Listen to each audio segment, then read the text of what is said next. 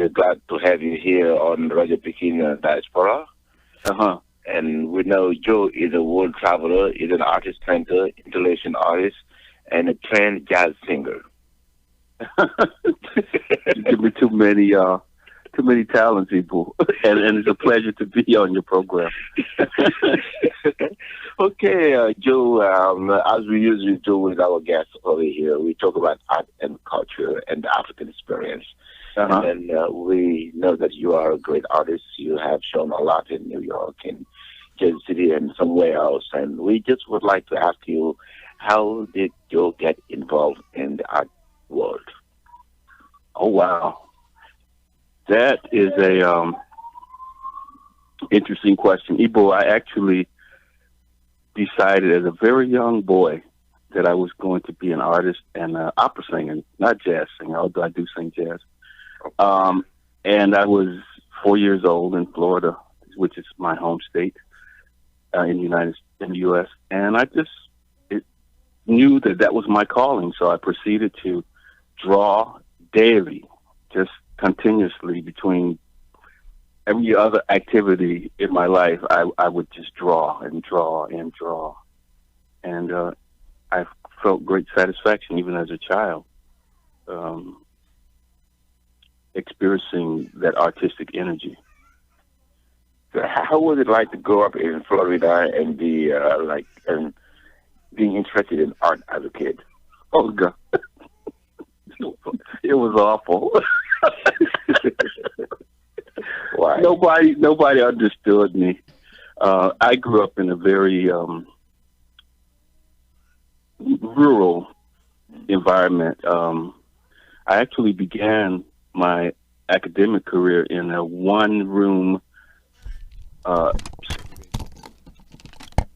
actually, those teachers understood me, believe it or not, because they knew our potential.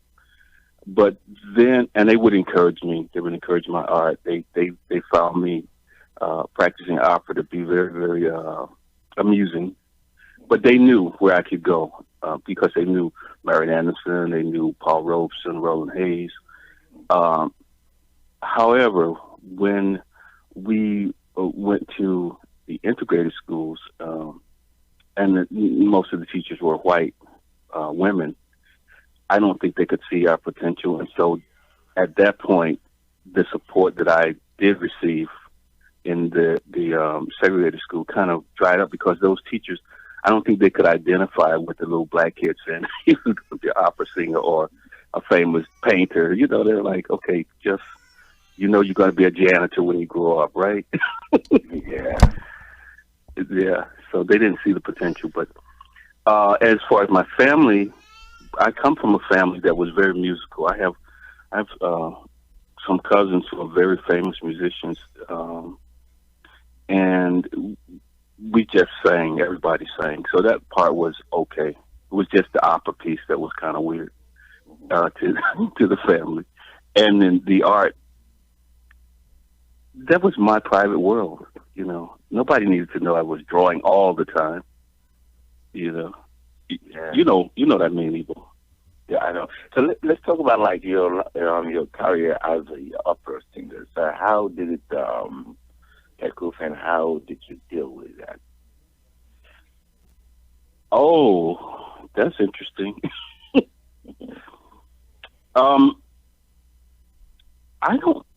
When I lived in Syracuse, New York for many years, and I was a recitalist. I did lots of recitals around Syracuse, and I went to the western part of the United States and on tour as a concert pianist. I practiced daily. I would come back and forth to New York to study with really wonderful vocal instructors and opera coaches. And I found that although there were excellent musicians of color in New York, for instance, excellent opera singers, you know, sopranos, tenors, basses, who had immensely more training and were immensely more qualified than I. that there was not much opportunity for black opera singers. I think the main bread and butter of most African American opera singers has been Porgy and Bess. It's kept a lot of people, solvent, and I think, if I'm not mistaken, the Gershwin family had a clause that said they had to hire a black cast to do Porgy and Bess. I don't know if that's still in effect, but that's what kept people working. And I wasn't really a part of that. There were so many people way better than me. I was an emerging opera singer. I think I was good, though. Okay, now, and from opera singing, did you switch to art from opera singing? Or no, it was simultaneous. It was always simultaneous. It worked like this, Ibu. Studying classical music is very regimented. You have to do certain things. You have to sing. You have to learn to sing phrases properly. You have to learn diction. Even if you don't speak French or Italian or German, you must learn the diction. You must know what the aria is about, or the oratorial piece. There's a lot of structure in singing classical music. At the same time, however, my free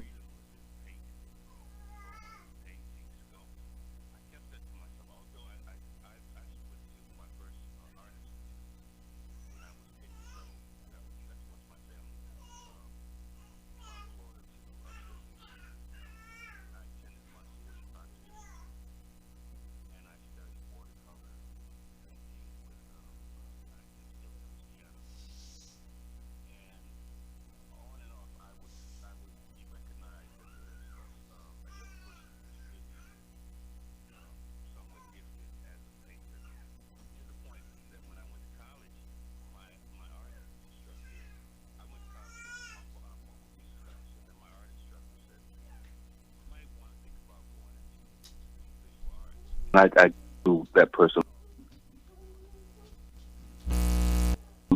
Are we still there, Evil? Yeah, I'm here. I'm still listening, yes. Oh, yeah.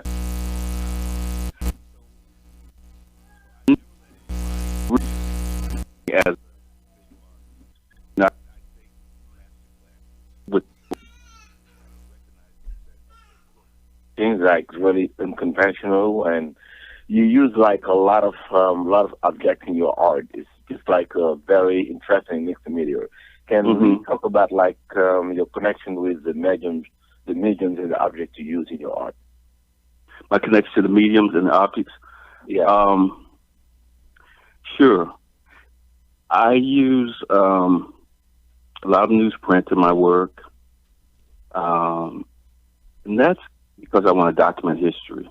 So, for instance, I've done some glass paintings, thanks to you, Ibo, and to Senegal.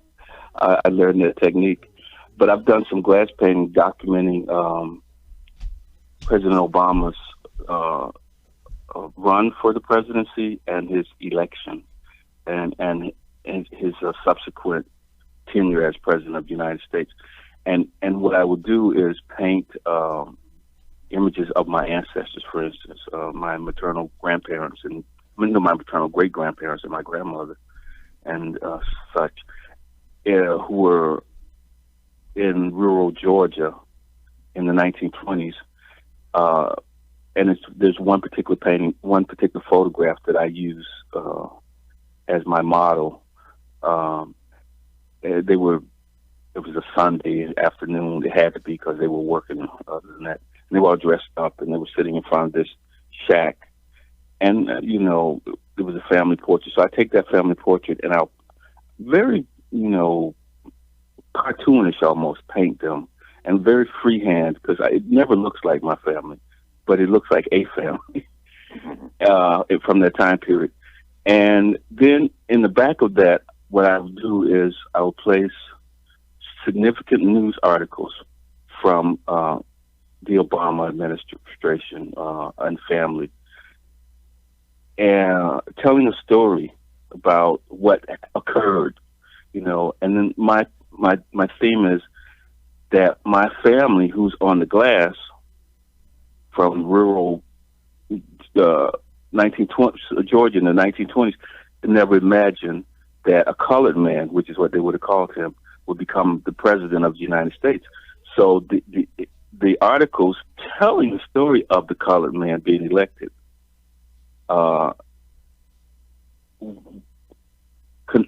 juxtaposition against my now ancestors, that's the story. The story is they could never imagine that. So in that instance, the newsprint is the storyteller, basically. You know, it's part of it's the griot, if that makes any sense. Can we say like it's kind of a biological painting, like talking about your history, your family history? And I think. I'm sorry. Go ahead, people. I'm listening. Go ahead. Yeah, I think it's yeah. I'm documenting my family. I'm documenting current history, and world history, all in one swoop, and it's very simple. You know, it's like matter of fact. This occurred. You know, they were in Georgia in 1920. They were peanut farmers. This man is in 2007 running for presidency of the United States. He happens to be a black man. His wife happens to be a black woman. They wouldn't have been able to imagine that. And then he won. And so I think the ancestors live in us. So I'm telling their story, but I'm telling my story too, because I think they're inside of me. So I was just excited to see President Obama, Senator Obama become President Obama, as they would have been. Well, maybe they would have been more, because, you know, they knew their slave ancestors, and I just heard about them. But it's inside of us. I think the whole connection to the ancestors, it's unending. Yeah, it's like so. Why did you choose glass? Is it because of its fragility, its transparency, or is it because glass is like a medium you just like want to use? Oh, okay. I used glass because, as you well know, since we're friends, in 2010 I went to Senegal with my son. It was my first time in Africa. I fell in love with Dakar. I absolutely was overwhelmed. I wanted to kiss the ground when I got off the plane. And I felt the ancestors even on the plane, because we took the long route. We flew from Newark to Brussels to Dakar. That was way longer than it really needed to be. So on the Belgian Air flight, they play African music. I don't know if it's from Mali or Senegal. I think it's probably just West African music in general. And I felt like, as I listened to that music, I felt the ancestors just jump on me. Literally, I almost cried on the plane. So then, and it was really significant because my son was with me. So it was like we were experiencing the ancestors together. And so when we landed, like I said, I felt like kissing the ground. And I wanted to go to Gorée Island. That was my main purpose in going to Senegal. And we landed on a Sunday, and the slave museum was closed. And I don't think it was going to open until Tuesday. But anyways, when I finally got there, Lord have mercy, I almost lost my mind, because the ancestors just jumped on me like nothing I've ever experienced, particularly when I went into the little room where they punished the men. Yeah. Where they put the recalcitrant slaves. Yeah, exactly. So what was your emotional reaction? Oh, it was like I was at a funeral. It was like I took back all the generations of the African ancestors who had been brought to this part of the world. it's like I took them all home for their funeral.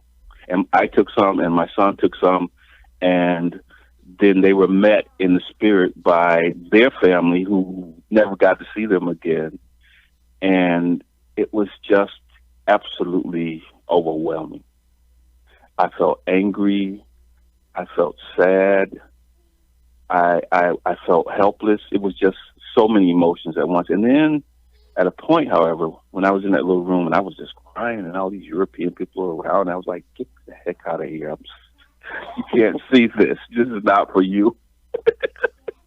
And my son and that was, I think that's a common, people feel that way. It doesn't last, I don't think. So my son and the historian, they kind of protected me because I think that's not an unusual occurrence.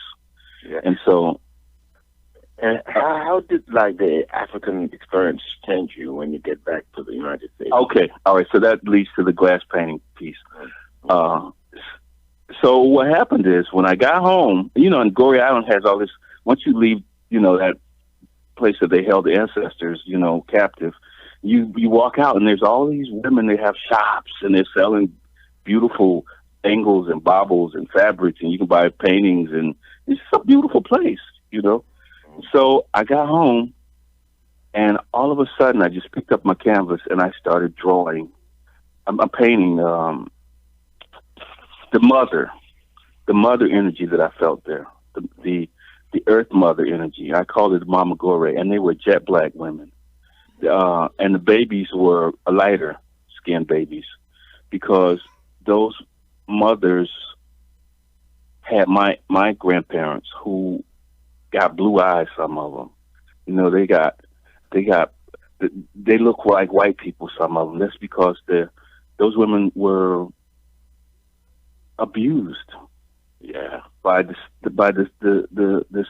captors. I hate to say the masters, the slave masters. They were captives, and they were abused by those men. But they had these babies that became my great grandparents and my great grandparents and my grandparents, and so on and so on and so forth. And they loved those babies. Those babies that they had as a result of being abused, they loved them. And then now on top of that, nobody ever told those women that they were beautiful. Nobody ever said, "Oh, you are the most gorgeous creature on God's earth." But they must have been desirable, because if they weren't desirable, those men wouldn't have been raping them like they did. It was awful. Yeah. So it came to me that I had to paint them and make them look beautiful. I had to tell the world my ancestors were beautiful. So I painted these jet black mothers with their brown-skinned babies, juxtaposition against all this elegance. And I know that that's unconventional because it was an ugly thing that happened to them. But I wanted to say that was done. But look, they loved these babies. They loved them, and they were beautiful. And so I painted, and it was really hard to paint that jet black skin. It is not an easy task. You get the highlights and the low light. But here, don't cut me off your Igbo. So I'm getting to the glass painting. So I was like painting Mama Goree and painting Mama Goree. I'm like, ooh, this is really difficult. So one night, after you had given a workshop on glass painting at Hobart, I said, well, let me just paint something on this glass I have here. So that's when I started painting my great grandparents' photo, and it was just for fun. It was to relax. It wasn't to be presented to anybody. Let me just, because I was so tired of painting Mama Goree, I wanted to have some fun, so I just drew on the glass, and then I painted, and I used my acrylic paint. And when I flipped it the next morning, I said, "This is beautiful." So that's how I started painting on the glass. It was as a result, really, of the workshop that you had given. And also, it was almost like destiny, because when we were in the car, my son, who's a very handsome young man, he was like a movie star, he thought. I was like, "No, I'm paying for everything. This boy is a movie star." But he had a lot of girlfriends over there. So one young lady, very, very well spoken friend of my son's, was telling me how popular glass painting is in Senegal. And I didn't really get it, that the magnitude of the presence of glass art in Senegal. And then I get home, and then you and Liz are giving this workshop on painting on glass. So it was almost like synchronicity. It was meant to be. I was meant to learn to hear about painting on glass in the car. Then I get home, and you are my brother. You just happen to say, "Oh, yeah, we're having a workshop," and I learned it from you. So I bow to you. You know. Thank you for giving me the credit, but you're doing it good, and your work is really wonderful. and you know, and coming back to history a little bit, because you were mentioning Gore and all those babies, and you know, like mostly the babies were from black mother and white father. Were called like the Signor and Gore. Igor, yeah, I know. The Signor, and they have their own way. I know. With like a long scarf and really baggy dress. Mm-hmm. And then they were pretty like special and better than the way the mother was treated. Yes. You know, because they were the children of the. Yeah. Yeah, you know, which is like really, really, really crazy. And I don't know if that. Yeah, go ahead. I'm listening. I was going to say I don't know if that always happened in the United States once. The slave master started abusing the grandmothers. The women became our grandmothers. I think that some of the lighter skinned ancestors would have been house servants. But if I look at my family, because my daddy's mom that whole family looked like white people. You know, they got gray eyes, blue eyes, and on my mother's side, they also have. I mean, I've seen photos, and I couldn't tell that those folks had any black in them, and they worked in the fields. They weren't treated special.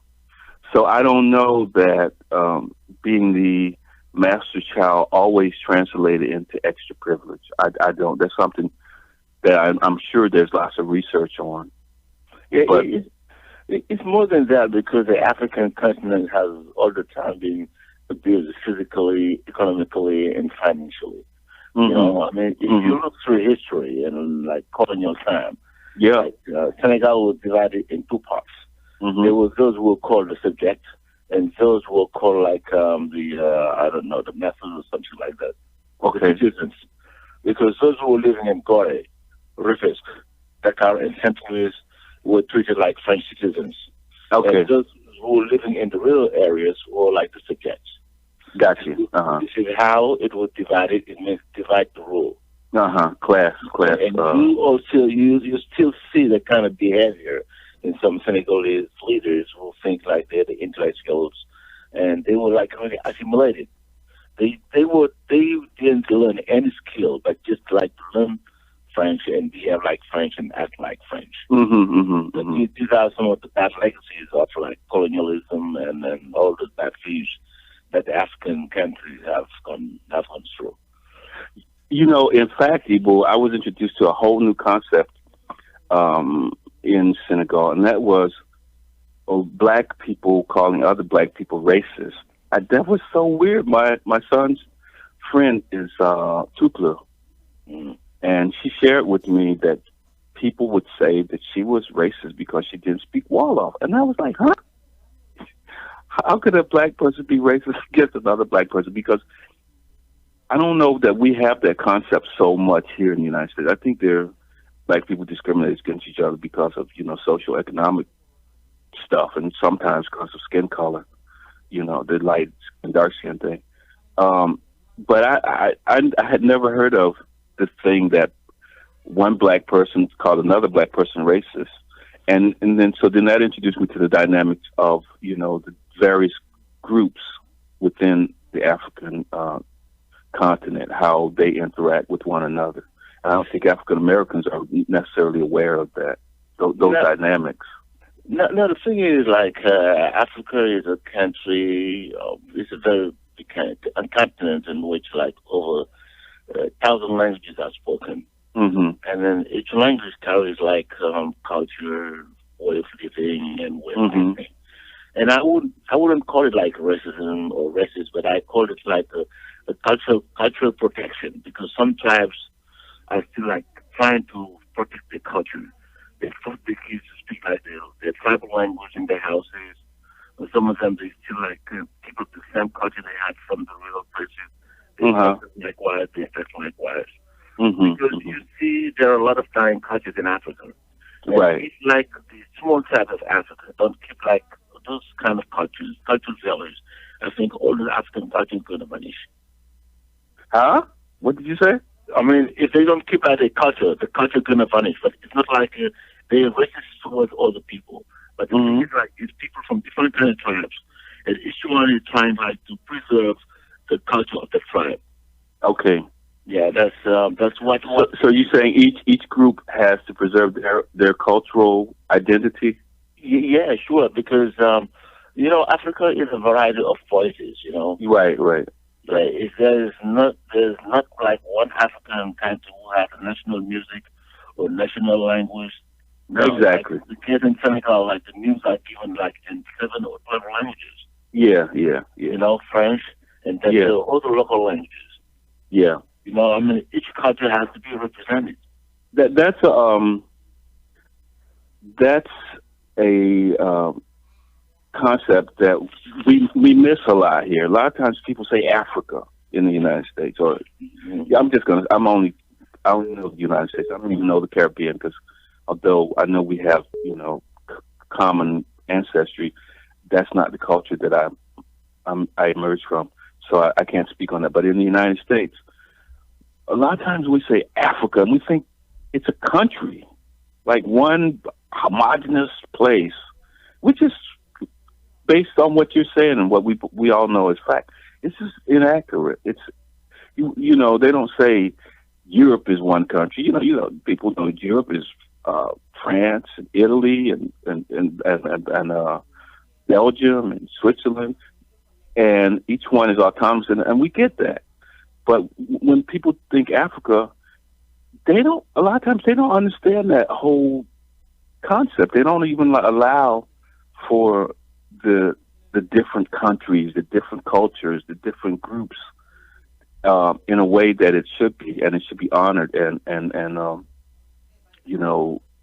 we need to kind of clarify that so that we can go forward. And if there's going to be some kind of Pan-Africanism, it has to be from a place of respect and from a place of understanding that there are so many differences among, the groups. And it's great to be black, just black. I did find some kind of solidarity within that. But there's more to it than that. There's different cultures, there's different food, different everything. But and the other thing is, like in Africa, the Africans have like triple heritage. Like triple heritage, I mean the Muslims. They have like the Muslims, and all the time they were Africans born in Africa and they have cultural values. And the third one is that in European schools. Look at like all those triple heritage you have. You cannot go to the French school and speak Wolof there. They have a symbol. Even they have like what they call a symbol, like a big bond. If you make a mistake while speaking French, they put it like around your neck. They do. They put it like you wear it like a necklace. If you make a mistake while speaking French. They do what? I mean, they have what they call it like a symbol. The symbol is like something like a big bond, and they have like whatever they put it like a necklace. If you make a mistake, they put it around your neck. The people know that you made a mistake while speaking French. Oh wow, that's like a dummy cap. Like a dummy cap, something like that. And you cannot go to the French school and speak Wolof in class. Oh wow. And some parents will not accept their kids to come home and speak French to them. They say, no, you are African, you have a native language. Talk to me in your native language. And you see like all that confusion you have like as a young kid. I see. Yeah. I can only imagine. Yeah, it's really confusing. Colonialism is like confusing. And then, the educational programs we have, some of them are like carry over from Europe. Yeah. Well, I actually know Senegalese people here in the United States that I'm amused at the fact that some of them don't want to speak Wolof, even here. They identify as French. Everything seems like they're Francophiles. Everything French is, sophisticated and so forth. And I've observed that a few times. Yeah, that's what we call like to be assimilated. Like that's assimilation. Yeah, it's like part of the French legacy that teach you to be assimilated, dress up like them, act like them. The acculturation. But I think there's nothing wrong with that. But you can't lose your identity. I mean, there's no place like home. And where you going to go and get your temperature? yeah, but the thing like is in rural places. I mean, the cultural identity is kind of like being lost in some cities, because like living in the city is totally different from living like in a rural place. Yeah. I understand that. Yeah. And Jim, Joe, let's come back to your paintings. We talked about a little bit culture, about Africa and Senegal, but no, let's talk about your mixed media. Okay. Paintings. And, you paint on shoes, you paint on canvas, and you've been painting on whatever, like boxes. You paint on everything. Yeah, it's fun. Art has to be fun. It has to be playful, spontaneous, in the moment. And this is just my opinion and my opinion alone. So if I'm in the moment and I'm painting and, I see something and I feel on some level, subconsciously or consciously, whatever, that this object should be in the art, I do it. It's always an experiment. It's unfolding. It's always a creative process. I'm just there. If I'm feeling or hearing, this painting wants a light bulb in it, I break the light bulb and I put it in there. And then before you know it, it's a helmet or something, or because you ride the energy. And so as I ride the artistic energy, if the energy is saying to me, well, this thing should be affixed to the painting, or this should become a sculpture, or break that glass and put it in. You ride that energy. That's the blessing of art. That's that's the beauty and the fun of it. And so as I ride the energy, I take it where I go wherever it takes me. And if it says paint on these shoes, then I'm painting on those shoes because it's fun. Yeah. And your colors are really intense. And they're like those layers of paint on your canvases. Yeah. Is there anything you're expressing by using paint on your canvas in that way? Somebody said my paintings look like birthday cakes. I would say no. Birthday cake is fun, right? Yeah. It should be magical. It should feel like birthday cake. I don't want to paint ugliness. I don't want to paint. I mean, even like my serious topics, I want it to be beautiful. So if beauty means birthday cake, it's birthday. The picture looks like birthday cake. I'm good with that. Yeah. The shoes, the painted shoes, they do look a little like birthday cake. It is layered. And as I'm applying the paint, and I love to cook. So as I'm applying the paint, I am thinking about birthday cake because I love cake too. Yeah, a bit too much lately. But they're really interesting, and then seeing your pieces, so we can know that you're a family person because your family is really connected in your art, and you telling like the story of your family, which is like really, really interesting for me. It's just like you are the glue of your family, and you expressing your family culture through paintings and in a very impressive way. Yeah, that's interesting because it's true, but at the same time, I'm not that good a parent. I love my children tremendously, but I wasn't that great. I can't tell lies about it. And I love my grandchildren. I adore them, but I'm not good at it. Now, the ancestors, my grandparents and such, I was good at that because they were good to me. And so I honored them because, that's the spirit world. I feel like they always... My grandmother or when I found my paternal, however many great grandmothers who was born in 1810. I'm in awe. I'm in awe, and I bow to them because they suffered, and I'm walking on the ground that they made possible for me to walk on freely. Mm-hmm. Now I don't know if my poor little grandchildren or my beloved children will think that of me. Maybe by me painting pictures and saying I love you, and everybody will know as long as these pictures exist that I love you. Maybe then that's some sort of redemption for my shortcomings as a parent. I don't know. Mm-hmm. That makes sense. I can't lie. I'm not that great.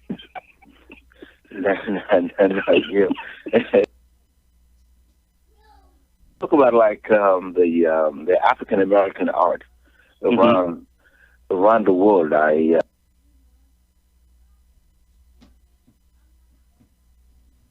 show they work a lot outside of America. I don't know. I will be.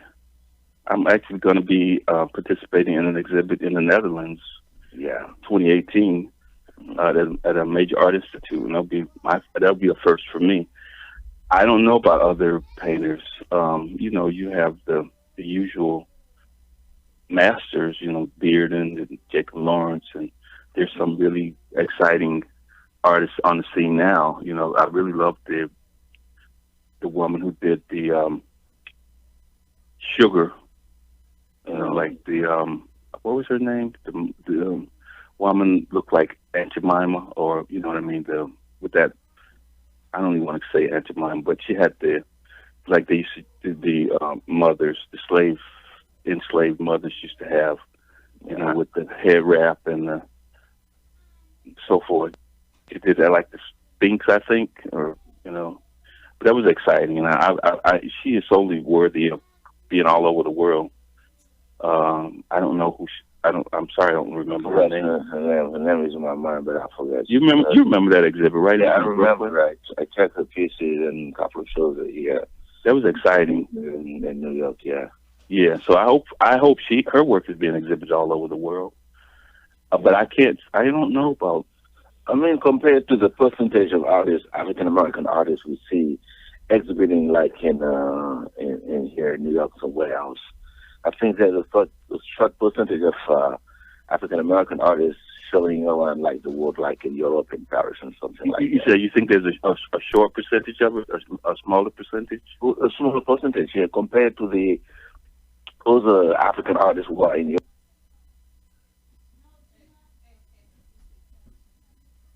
Percentage of African American artists showing around the world. Do you know reasons why? No, I do not. Okay. I wish I knew. I'd be everywhere. Yeah. I know that I've got my upcoming show because I actually went to the Netherlands to support a friend who had a show there, a Dutch woman, and as a result of that, the curator of that institute became interested in my work, and so I think she's the director, actually. / curator. I don't know. She's not the curator. She's the director. She came to my studio, and that's how I got the show. I happened to be somewhere, and somebody became interested. So, are you a show in the Netherlands or a group show? That's a group show. I think it's called Artists of New York, if I'm not mistaken. I don't know. I think there's like 3 or 4 of us. Yeah. And I know you've been in Senegal several times, but Senegal has a very strong art scene. Are you? Oh, they do. Are you planning any time in the future to have a show there? Well, I met your friend at the Artist Village. What's his name? I brought back the catalog for you. He's a curator. Beautiful studio. Yeah, I know. I forgot his. And he mentioned. What's his name? June. Yeah, Juno, I forgot his name, but you met. Yeah, I remember you met some of my friends in Senegal. Yeah, so he mentioned something about me possibly having an exhibit there. I haven't followed up with him though. I think the next time I'm in Dakar, I'll definitely talk to him. Yeah. I would love that, but I'm a little intimidated by those Simmons Police artists. Not you. Remember, I was going to hit you when I came back. I said, "Why did you move over here? All that great art in the car." It's scary. Yeah, They're so good. What impressed you when you were? What impressed you in the Dakar art scene? The depth of the artistic experience, the expression.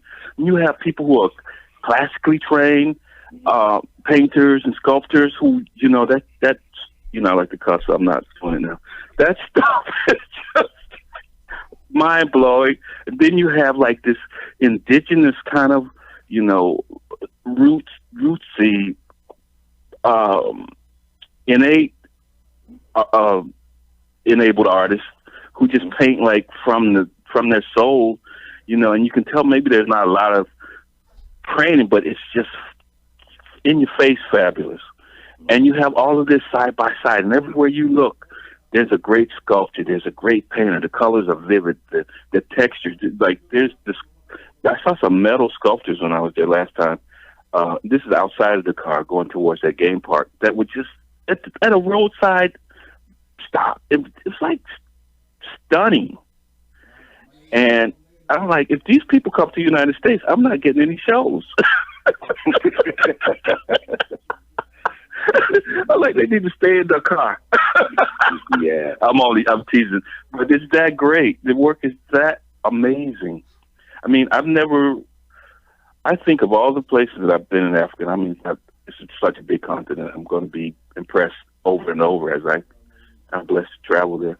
But in the few countries that I've been, the visual art in Senegal is the most amazing. Hands down, it's the most amazing. Yeah, it's like all the artists are good in Senegal. I mean, every last one. Yeah, because they spend it's quality time, like less, not a lot of stress. You have space, and they spend quality time to do their art. Okay. Yeah, this is one thing that I like about it, and you might think the competition is really, really intense. I know. That's why you came over here and you're so good. It's like Igbo is like, and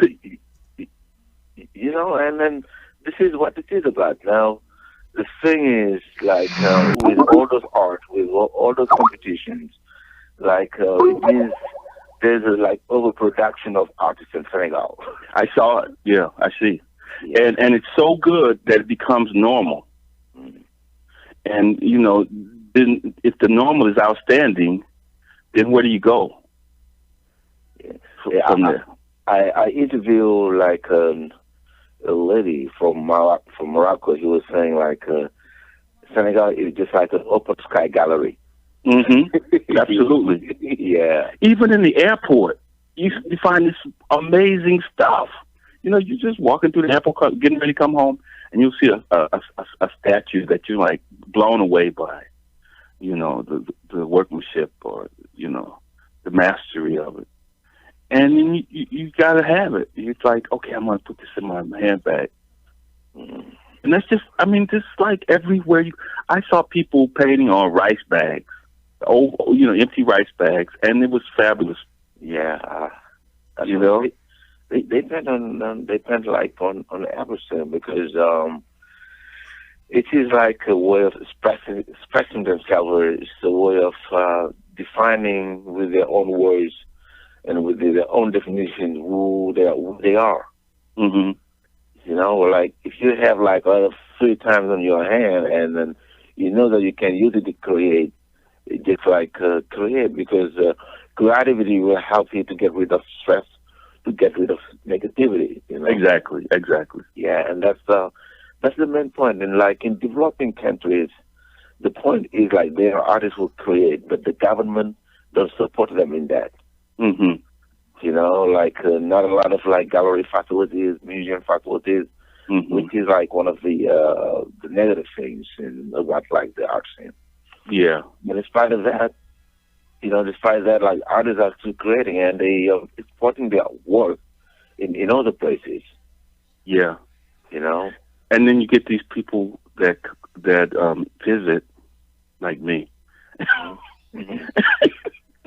and become inspired, and then they come back here, and then, for instance, and I don't think I steal from anybody, but you take it. It's almost like a cultural appropriation, where these guys and men and women in Senegal who are inspiring people like me to go to new heights aren't getting the recognition that they deserve.